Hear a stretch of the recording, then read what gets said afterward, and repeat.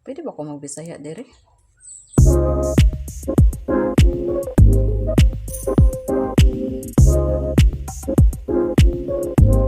Ang sasabawan natin is yung isda na nabili natin sobra kahapon.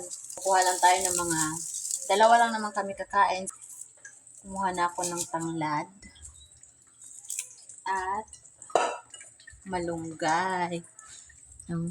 Ito yung malunggay natin, ito yung pangsahog natin sa ating sinabawang isda. So, hugasan lang natin to at babalikan natin kayo.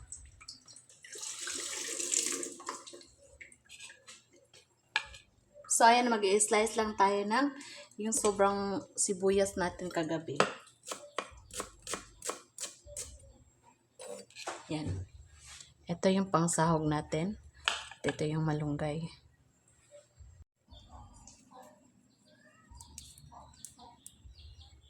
Kailangan natin itong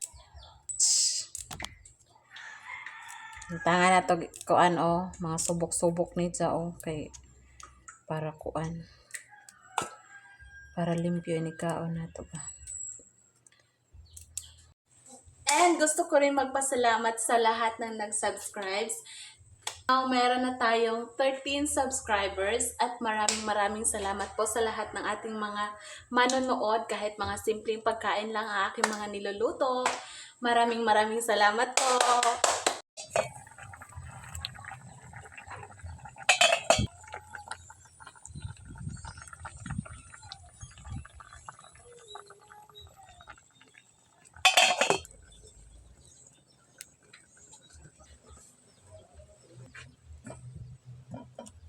Kaya na natin to. Ang lad. While waiting na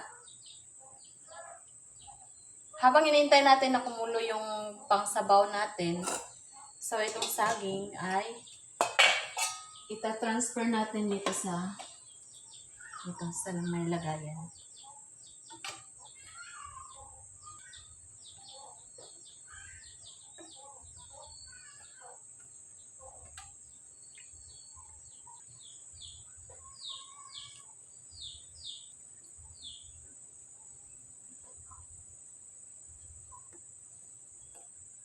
Now,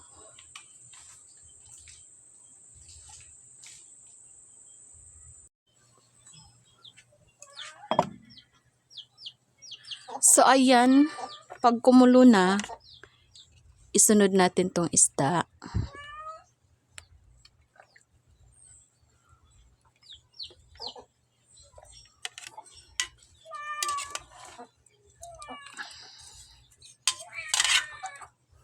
Itong pang sahog.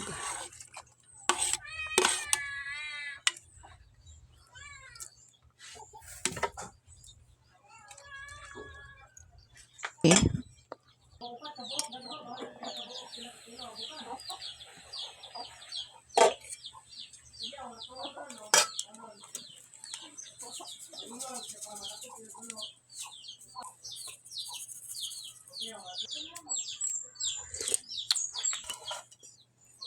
So, ilagay natin tong